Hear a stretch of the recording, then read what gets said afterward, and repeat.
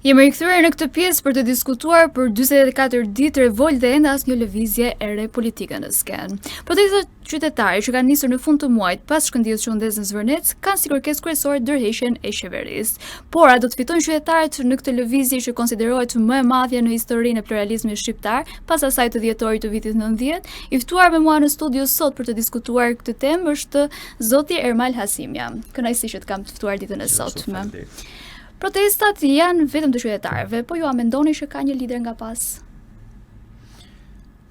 Ka disa informacione për protestat, natyrisht meqense jam edhe unë në këtë lloj mjedisi, kam dhe informacionet e mia, kam përshtypjen që nuk ka një lider të vetëm, një udhëheqës ose organizator të vetëm, janë të paktën 3 grupe të ndryshme kryesore, të cilët janë marrë me organizimin edhe me strukturimin e protestës gjatë këtyre ditëve, por jo një grup i vetëm. Nga ana tjetër pastaj ka plot rryma, ka plot grupe të ndryshme të cilat marrin pjesë në protestë, sjellin kontributin e tyre, jo domosdoshmërisht duke luajtur ndonjë lloj roli organizativ. Pra është një lloj shumësie. Nëse mund të përmendim, cilat janë këto 3 grupe? S'di ve emër sepse kam përshtypjen që as ata vetë nuk kanë vënë emër grupe, po janë grupe që strukturohen kryesisht tek menaxhimi i pjesës të folurit, aty të fjalimeve dhe pjesërisht dhe ajo që është më e rëndësishme pastaj edhe tek pjesa e kërkesave, atyre kërkesave të famshme që janë paraqitur gjatë kësaj kohe. Aty duket që ka një lloj dakordësie dhe aty duket edhe pastaj që ka një lloj grupi, që ka një lloj, le të themi, bashkëpunimi grupesh organizuese. Nga ajo që vini re, a mendoni që grupet kanë një lloj kundërshtie në lidhje me njëri tjetrin? Mundet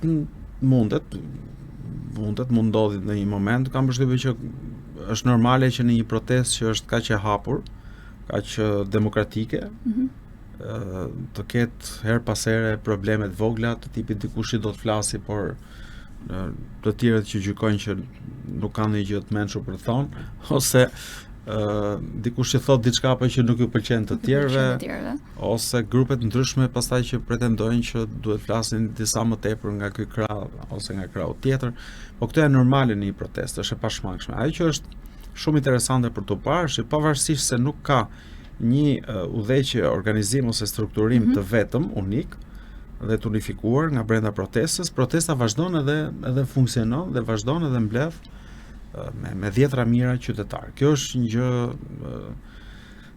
gjë e pamendueshme deri para pak kohësh, kur i mendonim që shqiptarët kanë të vështirë të organizohen në përmasa të tilla dhe në një mënyrë të tillë. Po për dhunën në rastin e protestës, a keni një mendim? Për kë? Dhunën e përdorur gjatë rastit të protestës. Po dhuna më e madhe që kam parë në protestë ka qenë hedhja e vezëve. Dhe shikoni, kemi parë edhe ndërveprim nëpërmjet protestuesve nga ana e policisë. Po, nuk vështirë që ta konsiderosh si dhunë. Domethënë dhunë mund të quash tjera gjëra, për shembull, meqense Parisin e njoh pak më tepër, është shtëpia ime e dytë në një farë mënyre, kur ishin këta jelekverdhët që organizonin protestat e këtyre në ato zonat kryesore të Parisit, Champs-Élysées dhe në vendin Bastille, në vende të tjera, ku parashikohej që do kishte protesta, dyqanet mbylleshin me pllaka të mëdha kompensate, në mënyrë që të mbroheshin nga thyrjet, nga dhuna, plaçkitjet shpesh e tjerë. Domethënë kjo do të ishte dhunë, por hedhja e vezëve ose në një shtyrje, në një nxehje aty e momentit të vështirë që mund ta konsiderosh dhunë. Kështu që unë nuk kam parë në një dhunë, në një gjë që konsiderohet drejtësisht si dhunë aty. Natyrisht që të shohësh 10, 20, 15 me raste dhe 60-70.000 protestues në shesh, njerëz që nuk janë të inkuadruar, të kontrolluar nga një parti, nga një organizat, nga diçka. Patjetër që në një moment mund dali dikush edhe të kalojë ti kaloj kufin. Por në fakt ato nuk i kemi parë. Është vërtet për të lavdruar protesta në këtë aspekt. Ju keni ndërmarrë një nismë politike për bashkimin e opozitës. Si po ecin negociatat? Në këtë moment, për qenë shumë të sinqert, protesta e ka ngrirë në një farë mënyrë procesin, sepse ka rishtruar përpara opozitës sfidën e rimendimit vetvetes. Pra kjo protest ka qenë një protest që natyrisht është e gjitha kundër qeverisë dhe kërkon dorëheqjen e Ramës dhe të qeverisë, por nga ana tjetër është dhe një sfidë edhe ndaj opozitës. Kemi vënë edhe të ato thirrjet Rama-Burg, Berisha-Burg ose opozitë e shitur etj etj, pavarësisht se mund mos përfaqësojnë vetëm një pjesë të atyre që janë shes, aty ka dhe mira demokratë që dalin, natyrisht nuk kanë dakord me këtë thënie, por në thelb zhvendosja e legitimitetit të kundërshtimit, të rezistencës, të oponencës nga parlamenti ose nga selia e PD-s dhe partive tjera tek sheshi ka bërë në fakt që opozita gjendet e papërgatitur, opozita në të gjithë përbërësit e saj, partitë të reja, të vjetra dhe të vogla të mëdhaja, dhe në një farë mënyrë e ka detyruar, për këtë jam i sigurt, të gjitha partitë e opozitës që ta rimendojnë vetveten, ta rishqyrtojnë vetveten dhe ta shikojnë vetveten në këtë pasqyrën demokratike, kërkuese që është protesta aktuale. A ka sot opozita një ofertë të re për qytetarët apo ende funksionon vetëm mbi kritikën ndaj qeverisë? Ofertat i ka patur, sepse ka patur programe zgjedhore, elektorale, para më pak se një viti kemi parë këto programe, por janë programe që janë bërë më tepër për t'i pëlqyer elektoratit, duhen programe ndoshta të guximshme, dhe nga ana tjetër duhen programe që duhen rimenduar tashmë edhe në kuadër të protestës. Kjo është një nga arsyet pse në një farë mënyrë protesta e ka ngrirë aktivitetin e opozitës, e ka nxjerr pak jashtëloje në këtë aspekt. Por gjithsesi ajo lëvizja ose le të themi qëndrimi kryesor që mban opozita në këtë moment është në tërësia ka qenë mbështetja e protestës, sepse e ka vënë re shumë mirë që kjo lloj proteste është shumë më dëmshme dhe rrezikshme për qeverisjen se sa çfarëdo lloj proteste që mund të organizonin pastaj partitë e opozitës veç ose edhe bashkë. Pse shumë qytetarë thonë që nuk ka zgjidhje reale politike? Ndoshta nuk ka zgjidhje të mira për një pjesë të konsiderueshme të qytetarëve, po zgjidhje ka, janë disa zgjidhje, është Partia Demokratike, është partitë e tjera të vogla dhe të reja.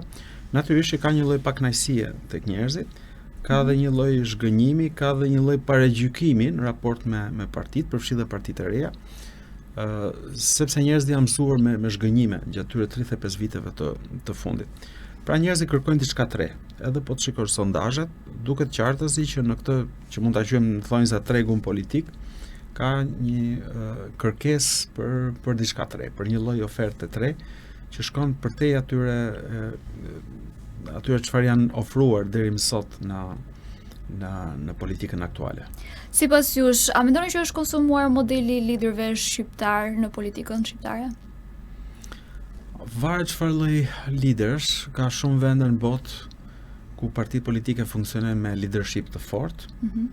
Ka në Europën kontinentale për shembull, ka qenë e zakonshme, i vetmi dallim ka qenë që qëndrueshmëria ose qëndrimi i liderëve në krye të partive të veta ka qenë i kufizuar dhe ka qenë i lidhur me një lloj morali të caktuar qeverisës, edhe me rezultate dhe me një lloj niveli të shumë të kujdesshëm pranimi nga vetë zgjedhësit dhe antarët e këtyre partive. Domethënë për ta thënë me fjalë edhe më thjeshta. Po në rastin e Shqipërisë po flasim. Po desha thjesht ta bëj krahasimin. Kemi lider në Europë edhe në botë, cilët mund të kenë ndërhyrën politik për 20-30 vjet, ndoshta edhe më tepër. Nuk është ky problemi domosë se sa gjatë rrin liderët, po se çfarë ofrojnë në vetvete. A ofrojnë diçka për cilën ka nevojë vendi në atë moment, a ofrojnë diçka të tejkaluar? Protestat do thotë në fakt që ajo çfarë është ofruar deri tani është e tejkaluar. Dhe modeli i leadershipit në Shqipëri ka këtë lloj problemi që është një model autogenerativ, është një model i cili gjeneron vetveten, pra lider të cilët në përgjithësi vendosin kapin pushtetin dhe vendosin në pozicionet kryesore të partisë njerëz të cilët prap do t'i mbështesin po ata vetë, dhe ashtu pastaj betonizojnë qëndrimin e tyre në parti. Kjo varet pas edhe nga vetë antarët e partisë, nga ndjekësit, votuesit që vazhdojnë edhe i votojnë. Si mendoni, a ka hapësirë sot për forcat e reja politike që ta ndryshojnë pak atë balancën? Patjetër, ka hapësirë për forcat e reja që do duhet ta mendojnë, ta rimendojnë politikën dhe demokracinë shqiptare komplet ndryshe nga ajo siç është menduar tani. Deri në momentin që ne flasim, betejë politike ka qenë ju jeni hajdut, ne jemi të ndershëm, prandaj votoni për ne. Ndërkohë që unë mendoj që do duhet jetë komplet ndryshe.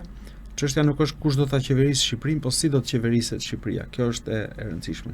Pra duhen gjetë mekanizmat e duhur, ligjor, institucional, të cilët të bëjnë të mundur që ky vend mos ketë nevojë për njerëz të ndershëm për të qeverisur, por të ketë nevojë për institucione dhe ligje, të cilët do të detyrojnë njerëzit që të jenë të ndershëm kur të jenë në pushtet. Ky është gjithë thelbi. Nëse ne do priremi gjithmonë që të kërkojmë njerëz të ndershëm dhe ata ti vendosim ose ti mendojmë në një sistem korruptues, aty kemi dështuar totalisht. Sot në Shqipëri mund të marrësh edhe norvegjez, suedez, finlandez nga ato popujt më pak korruptuar të botës dhe po i morë këtu prapë do korruptohen sepse i tillë është sistemi. A mund të kemi një rotacion politik në Shqipëri pa një reformim të thellë të opozitës? Vështirë. Është jo vështirë, por është e pamundur. Unë mendoj që opozita, sidomos në dritën e protestës, do duhet të reformohet, do duhet të rimendoj veten me themel nga fillimi, do duhet të shqyrtoj veten e saj, jo thjesht programet elektorale, se nuk ka vujt nga pjesa programeve elektorale, më tepër që Shqipërinë nuk i kushtohet shumë vëmendje, por nga pikpamja e burimeve njerëzore dhe nga pikpamja e filozofisë që ka, asaj çfarë premton. Pse duhen burimet njerëzore? Sepse nëse marrim mend pak më parë thashë çështja nuk janë njerëzit, por është sistemi. Sepse në fakt është pikërisht kjo çështja e burimeve njerëzore që bën të mundur që ti besosh një parti të caktuar ose opozitës në rastin konkret që do të vendosë për të bërë disa reforma të caktuara. Domethënë kjo është pjesa kunis.